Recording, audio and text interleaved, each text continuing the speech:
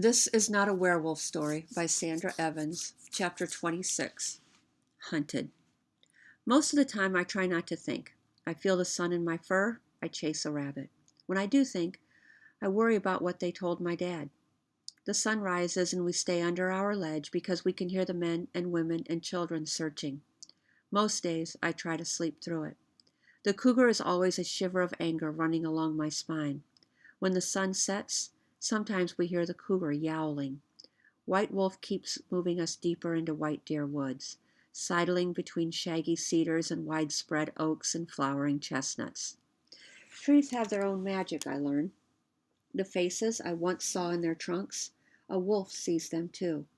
But a wolf hears them sigh and sing, remember and regret, whisper and worry as well. It's all alive out here. Once you know what to look for, you see everything. One morning I'm paddling along so softly, I'm padding along so softly on a thick layer of pine needles that I startle a snake coiled on a rock, where the sun streaming down through the branches strikes it and heats it. I stop and raise one paw. Gollum. Her tongue flickers out toward me. When she looks at me, I think for a second that I can see the shadow of a girl's head floating just above her. Whoever said a wolf has no imagination? Quick as can be, she uncoils and slips into a crevice in the rock. A warm feeling spreads through me. I'm happy to see this old friend. The days grow long and the nights grow short. It must be almost summer. After a while, there are no more searches. The 5K race comes. I hear the gunshot that starts it. Did Tuffman get his rifle back? I hope when he comes as a cougar. There's no fair fight between wolves and guns. The wind carries the scent of the runners to us as they follow the road that leads down to Highway 20 all the way around White Deer Woods to the ranger station.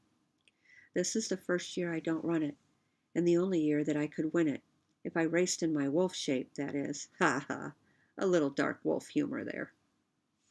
Is Vincent sorry? At first, that's all I want.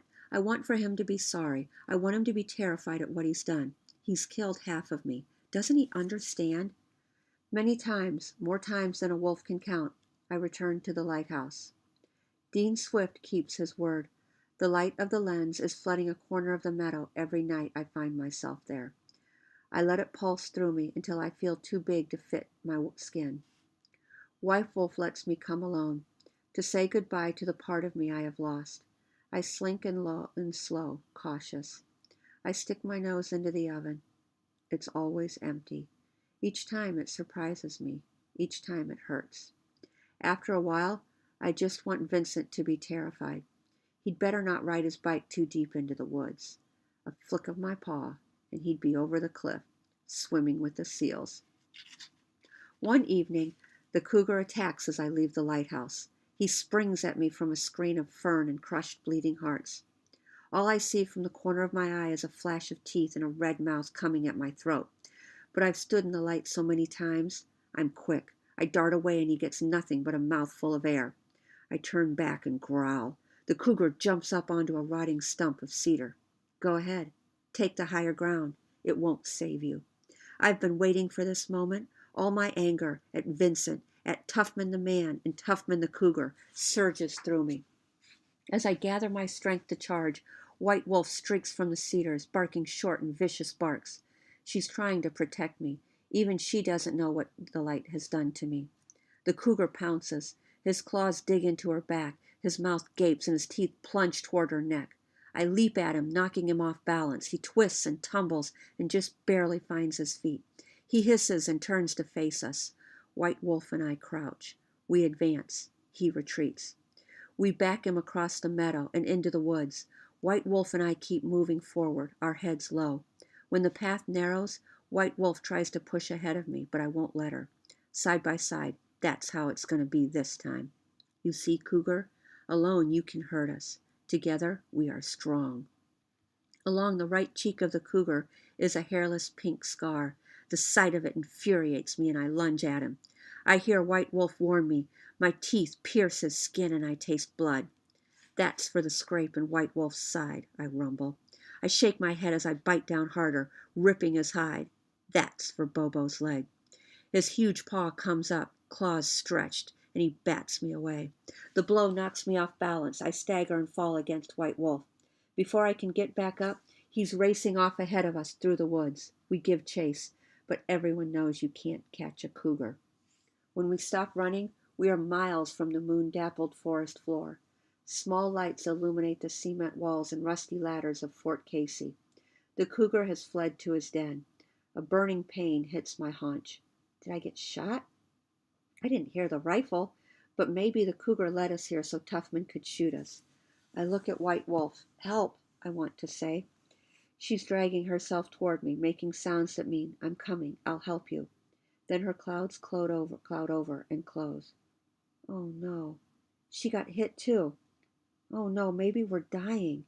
My head is dizzy and my haunch stings like something. A bullet? A thin, sharp stick is stuck into me? Then I see a ranger. I recognize the uniform.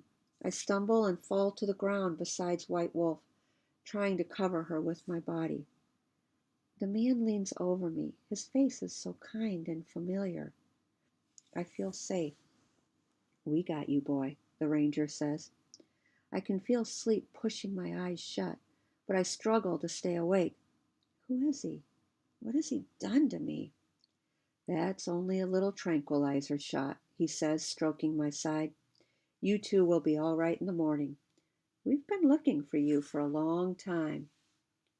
It's the most peaceful thought I've ever had. I was lost, and now I've been found. More voices join in. Did you get the cougar? One asks. No, but we got the wolves, says my man. We can tag these two and release them up north. I'm glad he keeps talking. His voice is so familiar. I've been wanting to hear it for so long. I can feel him looking me over. His fingers are deep in my coat. I wonder what brought them all the way over here tonight. You think they got in a tangle with that cougar? Whoever he is, the clearest thought in words I've had in a long time comes to me as the strength in my wolf body fades. I need to show him who I am. It's the Raoul me saying this.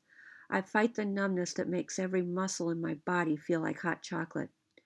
My goodness, the ranger says. He's surprised by what I do, but he doesn't move his hand away. Can you believe it? He calls to the others. Look at this gray one here. He's licking my hand, tame as a puppy. I keep licking. He tastes like roast beef and cheddar cheese. Feet surround me. Black shoes, polished. Hiking boots, expensive. Tennis shoes, very well used. Well, I'll be, someone says. I lick the ranger's hand some more and then slowly place my front paw on his hand. His face is familiar. His voice is familiar. And so is the feel of his hand in mine. What is happening? The hair on the back of my neck stands up, but not from fear, from wonder. The magic must be working again. Now that's a new one. I've never seen that before, says a woman. That wolf is trying to tell you something, I think. I do my best to nod my head and wag my tail. I must have done a pretty good job because they all stopped talking.